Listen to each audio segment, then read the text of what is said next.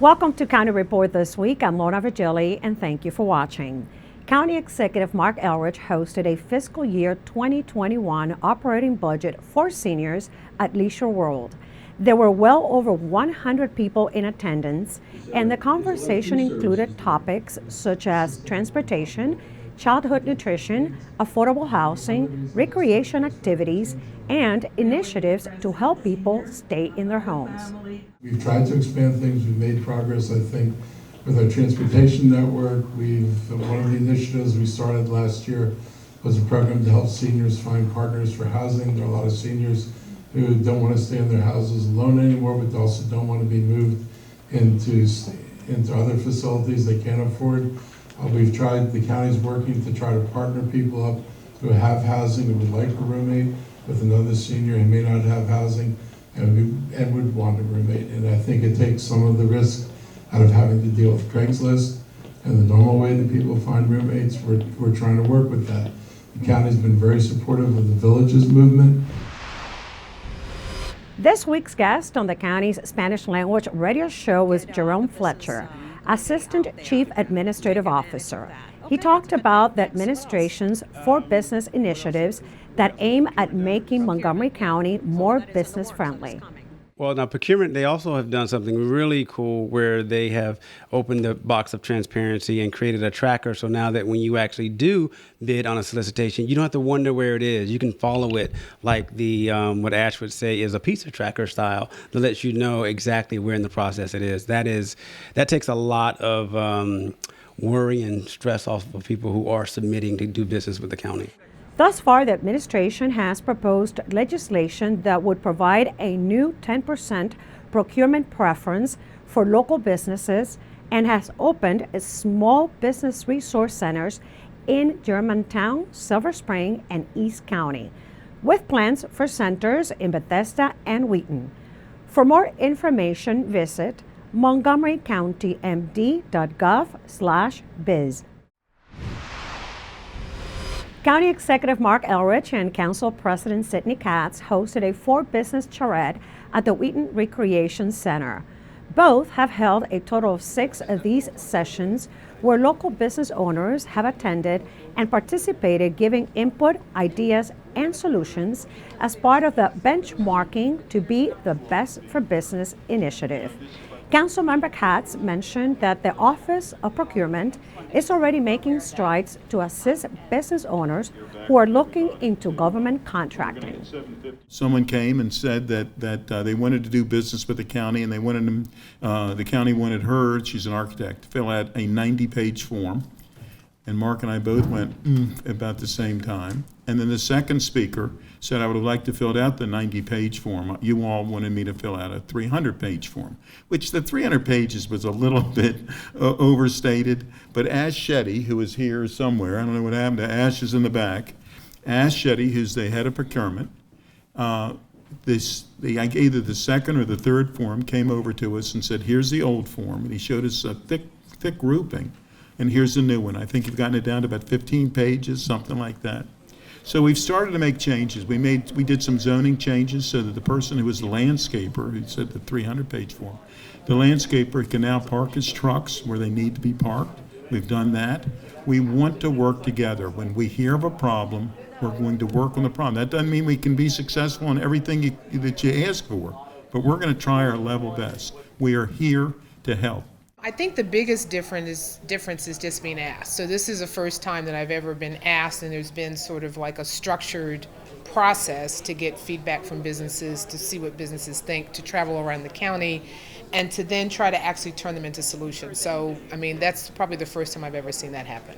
Some things are starting to happen, and I think that the charrette process is a good one because I think getting as much input from the business community as possible is going to be critical to building the economy. Because from the chamber perspective, from my perspective, this has always been about figuring out a way to make a bigger pie, to build the economy.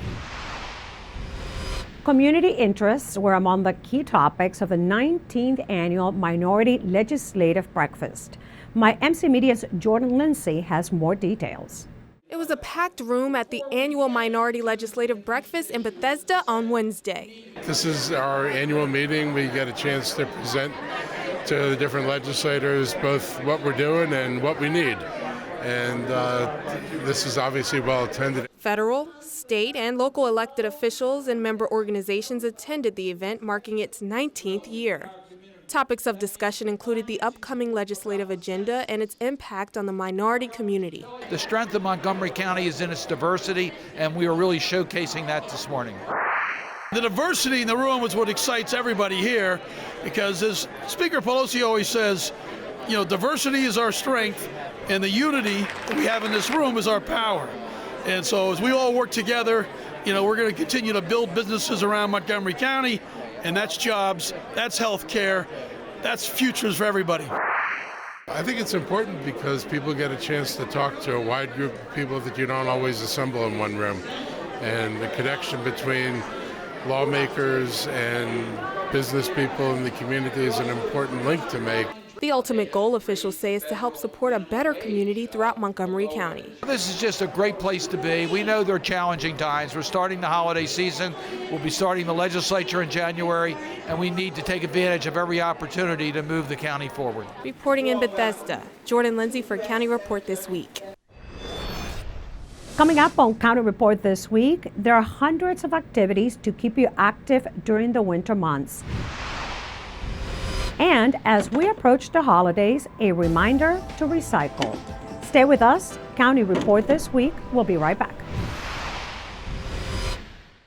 Hey everybody, Adam Ortiz here talking to you about how to gift outside of the box this holiday season. So there's a lot of things that we can do to give to our loved ones while giving back to the environment. So one way is to give the gift of energy savings. So a new air filter or LED bulb, stuff that you can pick up from your local home improvement store, can go a long way. Also using reusable materials as gifts, such as this water bottle or this reusable bag, are a way to save our environment and look cool while doing it. Also, if we have to buy stuff, there's a lot of resources right here in our county. So from the Agricultural Reserve, there's lots of fruits and craft beer and wines and things that we can buy, as well as arts and crafts from around the area.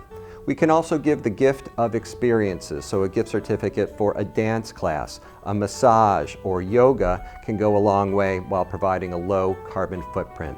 So this holiday season, as we give, let's not be a Scrooge to the environment. These ideas and more are available on our website, and we're wishing you a very happy and safe holiday season. Welcome back to County Report This Week. I'm Lorna Virgili. People who survived near-death incidents were able to thank those who helped save their lives during a recent Montgomery County Fire and Rescue Services award ceremony. My MC Media's Jordan Lindsay has more. Thank you doesn't even begin to express the depth of my appreciation. This was a chance for survivors to thank those who saved them. So today we're recognizing some of our personnel as well as community members for assisting patients that were in very serious shape. By serious shape, he means people who survived traffic accidents, near drownings, and cardiac arrests, like local resident Chris Pignone, who had an acute heart attack while at a home gathering. Was having a conversation, and essentially, not that I recall a whole lot of it, but I just kind of tapped out. But thankfully, Joel Beidelman, who happens to be the principal at Farquhar Middle School in Olney, was there, and he began to administer CPR. So the good thing about us, we work as an emergency team at our school in Montgomery County. So we're all trained in CPR. And so I think because of that, we really had a calm demeanor and really tried to rally to strategically do what we need to do to save his life. Then another friend of mine, Jennifer Hallmark, she jumped in and called 911. And without him doing the CPR, I just don't think I would have had oxygen to the brain. And if I hadn't died, I would have assumed I would have had some sort of significant brain injury. Then there's 18-year-old Marissa Arnold, who saved a 4-year-old from drowning while on lifeguard duty at Stone Ridge Community Pool in Gaithersburg. I jumped off the chair. I heard his aunt scream. Everyone around the pool knew what was going on. I shouted at my lifeguards to call 911 and give me the AED. After that, I performed 2 sets of compressions of ventilations, and he had started to vomit. I turned him on his side, and that's when I noticed that I had saved a life.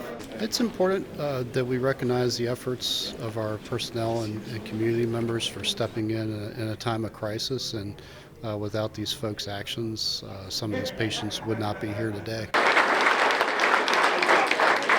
After hearing these stories of survival, one thing's for certain: knowing how to administer CPR can possibly help save someone's life. Public CPR is critical to improving our survival rates. We're doing much better today than we have ever done, but that's the missing link, is people recognizing a cardiac arrest and helping out their fellow citizens and doing good CPR and making a difference. Reporting in Gaithersburg, Jordan Lindsay for County Report This Week. During the holiday season, there are more chances for fires in the kitchen. Fire and rescue officials warn residents to pay close attention while holiday cooking to prevent serious fires. Residents are also reminded to make sure smoke alarms are in good operating condition. People are also using their fireplaces more often during the winter and not properly disposing of the ashes. Joining us with more ideas for gift giving this holiday season is Pete Pieringer. Pete? If you're still shopping and looking for that perfect gift, we might recommend a gift of safety, whether it be a flashlight, battery-operated radio, a flameless candle, or smoke alarm. They all make excellent stocking stuffers. For more fire safety tips, visit the Montgomery County website at montgomerycountymd.gov/MCFRS. With all the holiday cheer comes more holiday waste. The EPA says it increases by 25% this time of year. That's a lot of wrapping paper, food, and ribbon in the trash. That's why recycling is important. So keep those recycling bins nearby when you're cooking and packing gifts.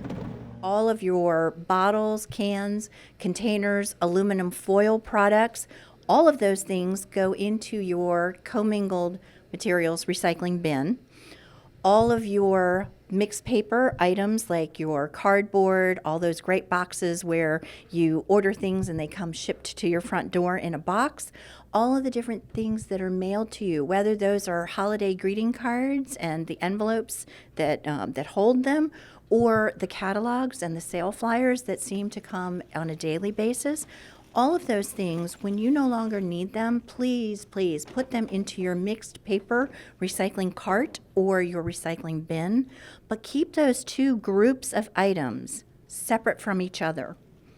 That's very, very important because we're trying to remind folks also to recycle right. Recycle everything that can be recycled, but recycle correctly. For more information on recycling, visit montgomerycountymd.gov/recycling. 2020 census will start in early March next year, but the Census Bureau is still hiring in Montgomery County. Enumerator positions are available. There are part-time and full-time opportunities. Pay starts at $21 an hour. There is a background check and training. About 600 people will be hired in Montgomery County. If you're interested, apply online at 2020census.gov/jobs. As the weather gets colder, sometimes it can be a challenge to stay active. Well, we have no more excuses, thanks to the county's Department of Recreation. It offers hundreds of activities to keep us moving during the winter months. There are classes, special events, and sports for all ages. To get started, you must sign in at activemontgomery.org. Printed copies of the guide are available at the recreation and park facilities, government buildings, and libraries. You can also find the guide online at mocorec.com. And here's a reminder that there is financial assistance for those who qualify. And with that, we close this edition of County Report This Week. Remember, you can find more information about Montgomery County at montgomerycountymd.gov or follow us on Twitter and Facebook. Join us again at this time every week for a look at what's going on inside Montgomery County. I'm Lorna Virgili, and thank you for watching.